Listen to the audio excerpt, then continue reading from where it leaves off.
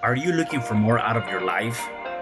Do you need ideas on how to start new businesses and how to move forward in your own personal life? Well, guess what? You have come to the right radio show. At You Can Overcome Anything podcast show, you will learn and hear from many people from all walks of life who are sharing their challenges, their stories, the habits, and the mind shifts they had to overcome to become who they are today. On top, you will get a chance to connect and see how you can overcome anything by networking and learning about your next move through this radio show. I present to you our great speakers at You Can Overcome Anything podcast show with your host, Cesar Espino.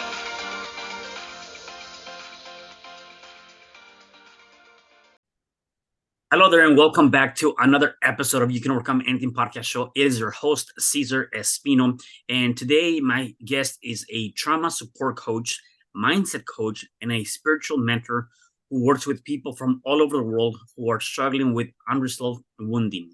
She does this by gently guiding them to healing, peace, and self-love through her one-on-one coaching. In addition to this, she also writes a spirituality-based blog and is the host of Kelly Bramblett's High Vibe podcast, which can be heard on all major platforms. Her mission is to help spread a message of hope to the hopeless and inspire others to heal the collective by first healing themselves.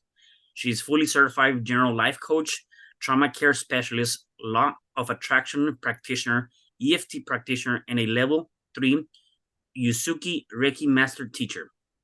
It is my pleasure to introduce you to Kelly Bramble. Hey, Kelly, how are you? Hi, thank you so much for having me today. Yeah, definitely. I'm super excited to have you here today, and definitely interested in learning a lot more about you and all the things that you have going on. Because definitely you have so many things going for yourself, and more than anything, how you dived into that and started working on those things. Yet before we get started with that, tell me a little bit more about yourself in terms of where you originally from and how was your upbringing. Oh, wow. So I was born in Texas and we moved a ton when we were younger, which was in itself a bit traumatic at times. And to be honest with you, and I won't sugarcoat this, my upbringing was dysfunctional. And I write about this in my first book, Alchemy of the Phoenix. I share in a lot of detail stories about my childhood and the abuse, but I was sexually abused in the 4th grade. I grew up in a dysfunctional home with a father who was an alcoholic and at times abusive to the family. Mentally, at times, it would turn physical. And then at 15, I was sent to live with an extremist family member who was my aunt's husband.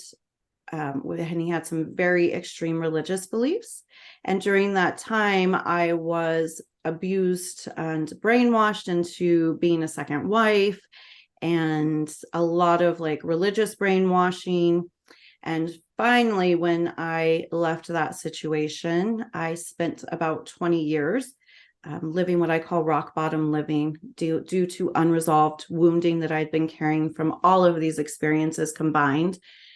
And it wasn't until 2016 that I kind of had a moment of clarity that was just enough to encourage and inspire me to really start doing the work that I had been avoiding for over 20 years of my life. So that's the very short cut down version of that. But again, anyone who wants to learn more, it's all detailed in that book, Alchemy of the Phoenix. Yeah, no, definitely, and I can only imagine, right, going through a lot of those different things. And one of the things that I always mention, and when I speak to people, is that, and you kind of mentioned that, right? The fact that it took you 20 years to kind of go through those emotions, right, and to be able to deal with that. And oftentimes, we do not see and or understand the things that happen to us, how that reflects and affects our current life, right? And so, what I often tell people is that those things that we go through during our childhood, specifically between the ages of 1 and 7, more or less, they tend to carry over, right? And then you start believing and you start living that was the norm to an extent, and you kind of become to an extent an acceptance of that, right? Sometimes at the same time, because you were dealing with those things, unless you work on them, you're gonna be bringing up those things back into your own personal life, right? And so Right. let me ask you this in terms of just like even growing up, right? I mean, and kind of going through that, and the fact that you went through a lot of stuff, and there was a lot of dysfunctional sexual abuse, physical abuse, all of those different things, and even as you mentioned, at the age of 15, so you're kind of going through that even at a later age. How did that affect you in terms of being able to have a community outside of your immediate family with either friends or at school? How did that affect you? Were you like, uh, okay, mingling and talking to other people, or were you perceived as being different? How was that for you, that experience? Well, when I was younger as a kid, we lived in a small town with a lot of other kids, and it was before technology. So there was a lot of like, we were playing outside. So we were riding our bikes through the town. We were outside most of the time. So it didn't really affect me that much. And now looking back, what I've learned about a lot of the people, the kids that were my same age, is that a lot of them were having similar experiences or worse. Mm, There's a lot of their own trauma, and it was just something that wasn't really talked about as kids. Now, when I was an older teenager, and especially when I was in that one abusive situation, I was really isolated. I wasn't really allowed to speak with anyone, even my family at that time, outside of my aunt and her husband at the time. So I was very isolated. And once I returned from that situation, really what happened is, we attract what we're a vibrational match for. So if mm, we are living in our unresolved trauma, if we are sad, if we're hurting, if we're angry, or all of these things that we may experience, and that is the dominant vibrational frequency, well, then we tend to attract people who are on similar paths. So I found, as in those teenage years, that I didn't really feel different because I was attracting other people that had their own trauma, that were dysfunctional, that were addicted to drugs, that, as they say, birds of a feather flock together. And that was mhm. certainly the case for me. Yeah, got you. Did you also get involved with drugs yourself, just to kind of numb the pain? Yeah, so I was a drug addict for, like I said, I talk about like this rock bottom living, Yeah. and this basically, I don't consider myself an addict to anything. Okay. I don't consider myself an alcoholic. I don't consider myself a former drug addict. What I consider myself is somebody who was dead set on self-sabotage and was willing to use any means possible to basically self-sabotage. Um, and so because of that, I drank very heavily. I would take pretty much any drug that would come my way. I did end up becoming addicted to meth for several years. And on that goes. So, like I Yeah. said, it was just that very rock bottom living for sure, as a result of not dealing with these deeper pains that I was struggling with, and that numbing out. And I think there's also a lot of self-loathing and self-hatred, especially as we grow into adults with unresolved trauma, because then all of a sudden, like, I'm having children and this generational trauma is now being passed by, and you just start to look at yourself and your life. And there's a lot of feelings of worthlessness or not being worthy of anything better that keep us stuck in these toxic patterns, I believe. Yeah, definitely. Now you talk about 20 years, right? In 20 years of your adulthood, you were going through all these different things. Again, you talk about your rock bottom wounding and recovering from that at 2016, when you finally said, "Okay, I had a moment of clarity."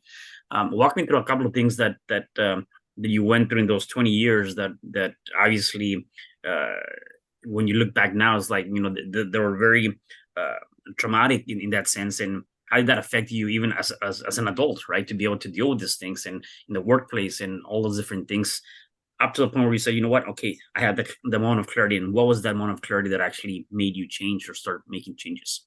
Yeah, so this is also a story that I share pretty often, but during those 20 or so years, or 20 plus years or whatever, I always explain that as kind of like a 2-step forward, 1 step backwards process. So I would have these moments of brief clarity, and I would focus on, okay, I'm drinking too much. Let me get to AA meetings, or let me quit doing this particular drug that I've been doing. But I would really focus on what was the manifestation of the trauma. But I was not dealing with the trauma, and it wasn't because I didn't want to or I was refusing to. I literally did not have the tools nor the support system to even guide me in that direction.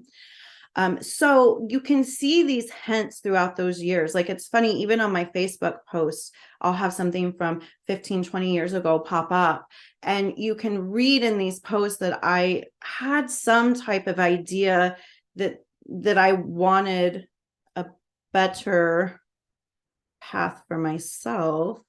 There we go. Sorry. And but just didn't have the tools or the ability to really get to that place. So in 2016, I was journaling one day, and I was at a very low point at that time. So I was like journaling affirmations and just trying to basically do anything to feel better. And across that page, the words, "I deserve to be happy," flew. And I had no idea where that had come from. It literally just went from my mind instantly onto the paper. And something about reading those words, it's so simple, right? I deserve to be happy. We all deserve to be happy. Right. But something about those simple words, did something. It triggered me in a way that I really was visceral. It was soul deep. And I dropped literally to my knees from where I was sitting on the couch, and a sound that was so animalistic, of crying and screaming, and just this release happened in that moment. And I just knew from that moment forward, I didn't know what I was going to do. I didn't know what it was going to take. But I knew in that moment that I was willing to do anything that needed to be done to heal my life. And from there, I began learning from other people first and foremost. And then in time, I began getting my certifications, and it just snowballed So from there. let me back up a little bit, and because definitely for me it's important to understand all of that stuff, right? I mean, obviously you started journaling, you had that moment of clarity. Where did that come about, though? Where what did that idea of, or was it just one of the things that you kind of somebody started practicing and you were, journaling, doing those kind of things, telling yourself, because obviously I think part of it is like a lot of times we don't tell ourselves enough how important we are to each other, right? It's like that idea of, people are afraid to get in front of that mirror and say, "Hey, I love you. Hey, I care for you," right? A lot of times we don't give ourselves enough credit. So obviously being able to do that, sometimes we have to hear from many different people, or we have to, whether we read it or listen to it, or whatever the case may be, you got to get pushed to start doing some of those things for yourself so that you can start appreciating that, right? And so for you, I think it's, based on what I'm hearing, it was so critical that, obviously you started journaling. Where did that idea come about for you to start taking those changes? So as far as the journaling goes, I am a writer. I'm an author now, and I've literally written my entire life. I have journals going back to when I was 10 years old. So the journaling aspect was just already really ingrained in me. And as I mentioned, like, I'd been on this 2-step forward, 1 step backwards journey. So I had some basic understanding of some self-help techniques, and I was really into law of attraction. So I kind of had some understanding about raising my vibrational frequency. So that day specifically, as I said, I was in this low moment. And so I was really just doing the very little that I knew that I could do to begin to raise that vibrational frequency. And in doing so, I really believe that I connected with a higher version of myself that I had been so disconnected from. And that connection to that higher self is what really ignited that spark of like determination and passion. Does that make sense? Yep. And so then from there, you decided to start kind of further working on yourself and getting, as you mentioned, looking at how to become a coach and things like that. Um, Tell me about that. I mean, why? Obviously, you're healing your own traumas and dealing with your own emotions, right? Why did you decide to jump into you doing that yourself for other people versus anything else? So, it's funny how the universe presents things to us, isn't it? And kind of presents our path and purpose to us. But what actually happened and how that all came about is in this healing process of healing myself, I was following a lot of other spiritual and self-help people in this industry. And one of these people I was following is Emma Mumford. I'm not sure if you're familiar with her, but she's pretty well known in the spiritual and self-help industry, especially in the UK, where she's actually from. And one morning she posted something that said, "Do you want to be a spiritual author?" And every single hair on my body stood up. That's when I know spirit's telling me, hey, stop, look, pay attention. I had no idea what I was going to write a book about, but I knew, okay, this is something that I'm being called to do. So I reached out to her. She said, get me a book proposal put together and get it back to me. Meanwhile, I'm Googling, how do I put together a book proposal? And I kind of just had a moment there where I told the universe, like, all right, like, if this is something you want me to do, let me know what I should write about. And within 1 hour of kind of setting that intention, the idea for Alchemy of the Phoenix was, and the outline was completely there. I sent probably the most unprofessional looking book proposal ever and kind of told some of those details that I've shared with you guys here and kind of what the book would be about and what my life looked like at that time. And I ended up basically being chosen to work with Emma and have this book published. So I mentored under her for 10 months during the book writing process. And it was an amazing experience, but trauma is a big thing, right? And I realized, wow, like this is a big deal. And I'm going to be putting this out into the public, talking about this trauma. And at this time, I had no certifications. I wasn't a trauma specialist. That book is really just talks about my trauma and how I healed it with no real professional knowledge behind it at the time. But in doing that and realizing the impact of that, I started thinking I need to actually like learn some stuff, because just writing the book kind of was already right placing me in this position of authority in some ways, or as mentor or teacher. And so I was like, I can't just put this book out here about trauma and not have any trauma informed education. So that's really what started sparking me to really begin to learn, because obviously I'd learned through my own experience, but everyone's experience isn't my experience, and the way we all deal with trauma is so different. And so I started off certifying, and my first certification was the Law of Attraction certification, and then my general life coaching. And then I took that deeper and really started getting into the trauma specific certifications. And on a bigger scale, the real motivation to doing this work and wanting to get these certifications was because I was witnessing in my own life the miracle of healing, going from being completely hopeless to thinking there is no hope for me. I'd be better off just to get this over with and start fresh on my next life, to being in a life grander than I could have ever imagined for myself, having book deals being presented to me, just things falling in place in every area of my life.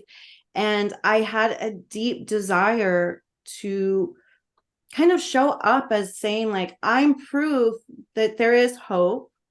And I want to help other people who may have felt the way I did to get to this beautiful place, because I was enjoying it so much and I was highly motivated to help others as well. Yeah. Yeah. A couple of things that you mentioned that I think are critical. One of them, I believe, in essence, from your pain, all that pain that you went through, right? A purpose was born, right? And that purpose was, in this case, being able to not only share your story, also the ability to share your experiences and how you dealt with them and worked on yourself to now be able to do it with other people, right? And then the second thing that comes with that, which I think is critical in anything that we do in life, is the ability to say, you know what, the things that I'm doing them, I'm doing them for a bigger purpose or a bigger reason, right?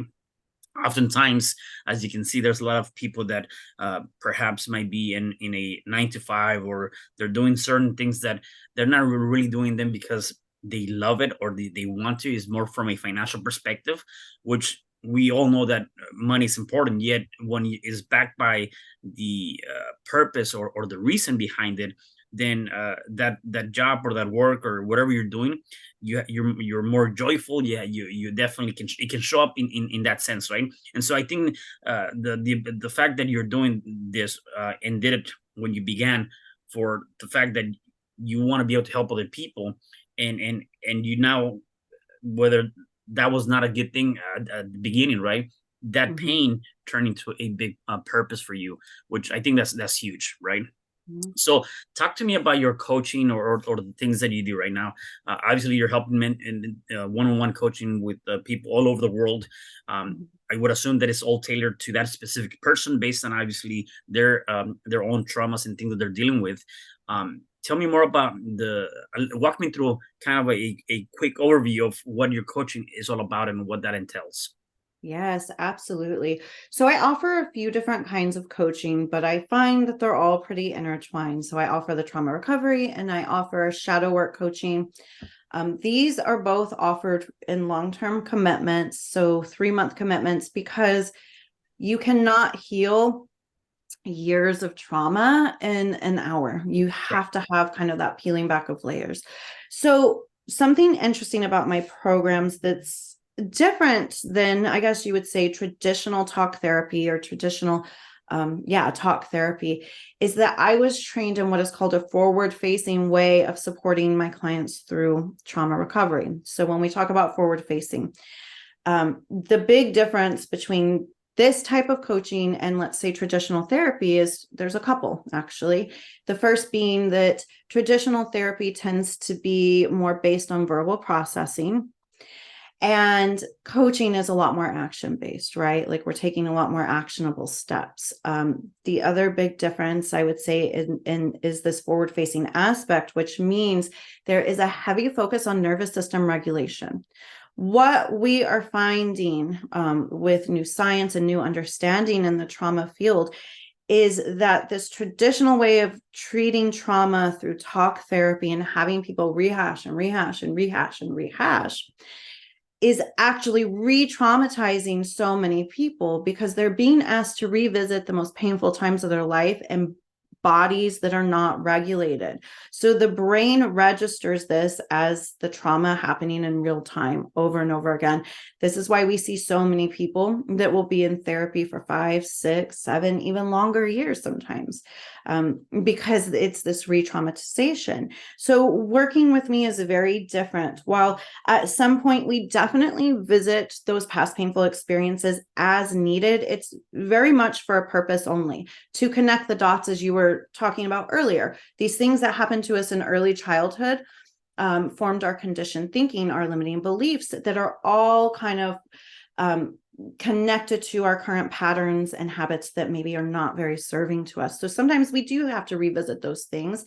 But the first few sessions, and the first 4 sessions to be exact, are very much based on teaching my clients how to regulate the nervous system and somatic practices, so that when we begin this other type of healing work, and as you said, there is no one size fits all for everyone. Some people are going to need a focus on more self-love. Some people need more focus on mindset. Some people need more focus on forgiveness.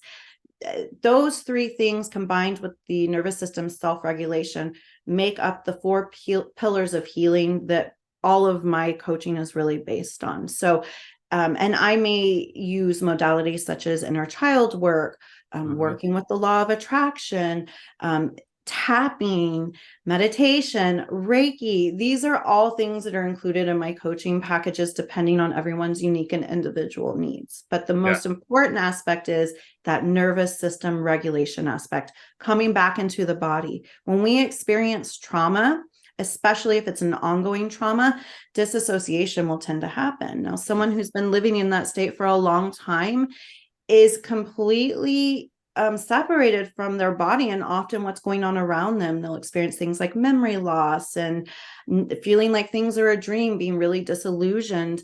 And so these somatic practices that bring trauma survivors back into the body, that remind us our body's now a safe place. I don't need to disconnect from this part of myself any longer. So that whole first 4 weeks is really focused on getting comfortable back in our body, learning how to regulate that nervous system so that the parts of the brain that are in charge of logic, decision-making, planning are activated, and we turn off that primal fight, flight, or freeze part of the brain. Does that make sense? Yeah, no, yeah, definitely. I love that. And I'm assuming that this is not tailored to either men or females. Is really anybody, right?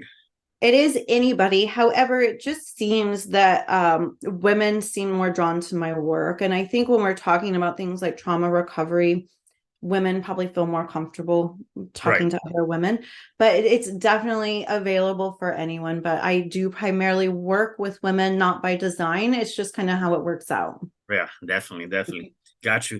Where can people connect or find out more about your services or things that you have to offer?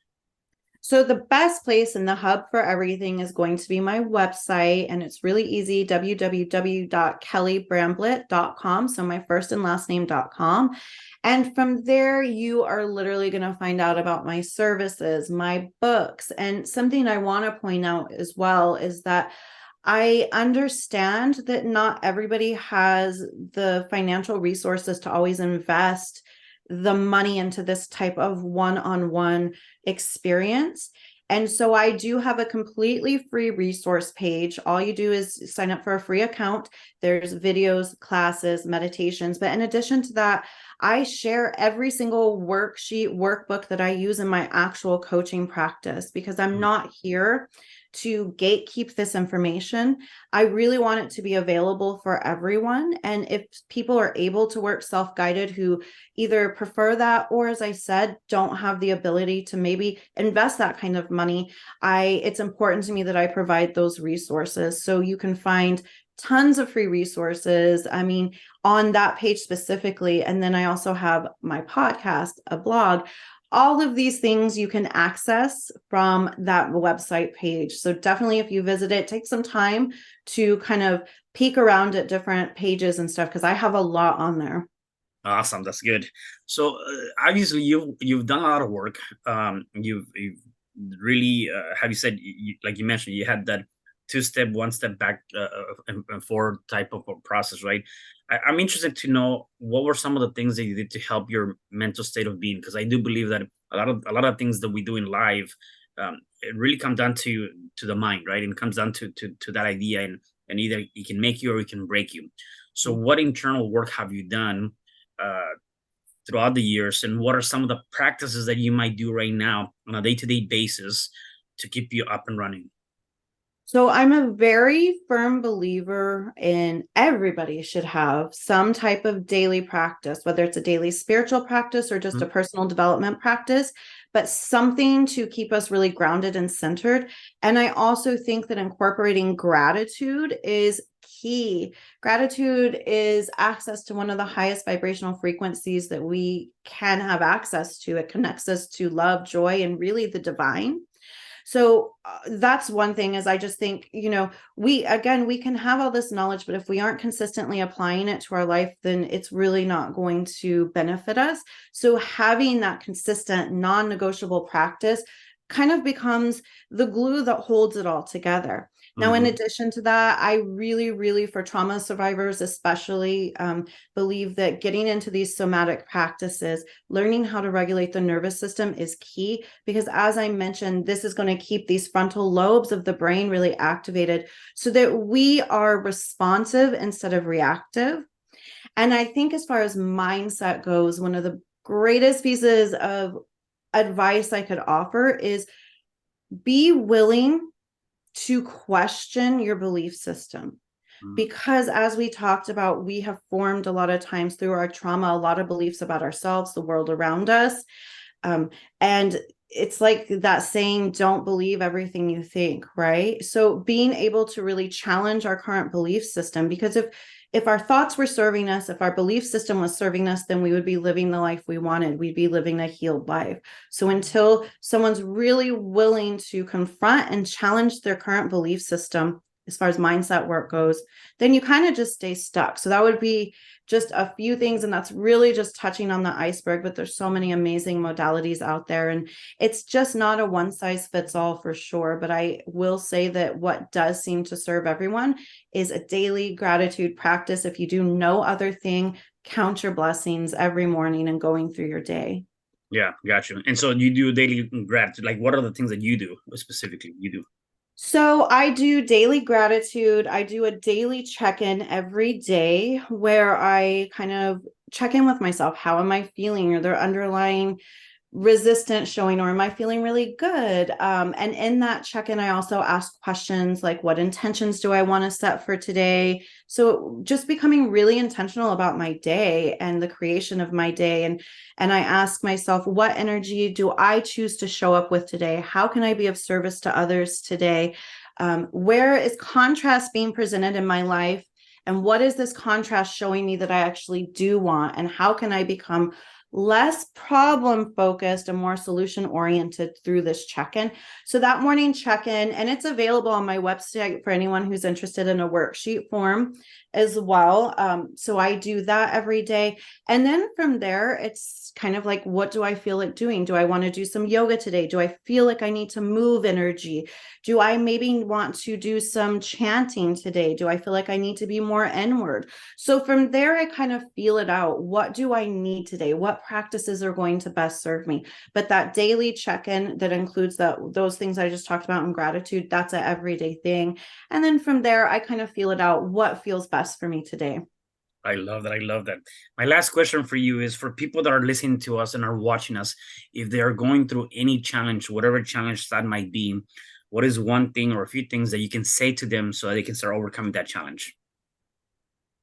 So I guess the one thing I would say to anyone that's going through a challenging time, and I'm probably going to say more than just one thing, but I'll try to keep it brief, is first and foremost, please remember that everything is always moving and changing. So just because you're in a challenging situation right now, it's not the end all be all. The law of perpetual transmutation teaches us that energy is constantly in motion. And so just to remember that if we're over identified with our current situation, that can actually keep us stuck in attracting more situations we don't like. So to begin shifting mindset by reminding us that things are temporary, focusing on what is working right for you right now. So contrast is presented in every fiber of the universe. This is also another one of the 12 universal laws. There's always two sides to every coin.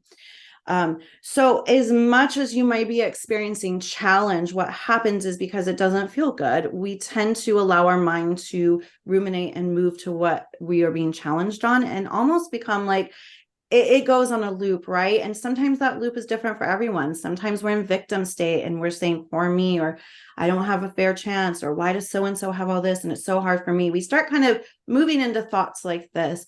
So one really powerful thing, which I've already talked on again, is coming back to gratitude. Ask yourself, okay, I've really identified what's not working right. But I know that there are at least some things in my life that are working right. So I want to bring a little bit more focus to these things right now to kind of shift energy. But ultimately, when we are dealing with challenges or trauma, if it feels bigger than you, if it feels like you don't have the tools and you need the tools, or you don't know where to go and you're kind of looking everywhere and you know you're ready, get some support. And it doesn't necessarily have to be someone like myself or a therapist or someone you hire. There's tons of community support that is completely free. Call upon the people in your life. Like, get some support. We are not meant to do this thing alone. This whole human experience, we are meant to do it with the support of others and to support others in exchange for that. So I think a combination of those things. Remember, everything's temporary. Focus on what's working right, and get yourself the support and help that you need so that you can begin changing the narrative that's actually keeping you stuck. Because unfortunately, a lot of the things that are keeping us stuck in our challenges or stuck in places we don't want to be in has to do with our subconscious thinking. And a lot of times we do need some kind of help to really dig out those subconscious thoughts to understand what thoughts we're having that aren't really serving to us. I love that, and that actually is a good way to also comment on the one thing you mentioned in there is that there's always hope. Anyone can heal their trauma and rebuild their life, and so I Mhm. definitely love that. Kelly, thank you again for being here. Really appreciate you being on the show today. Anything else you want to say before I let you go? Nothing that comes to me. Just thank you so much for having me. And for those that are watching this, I apologize for the weird technical issues on the camera.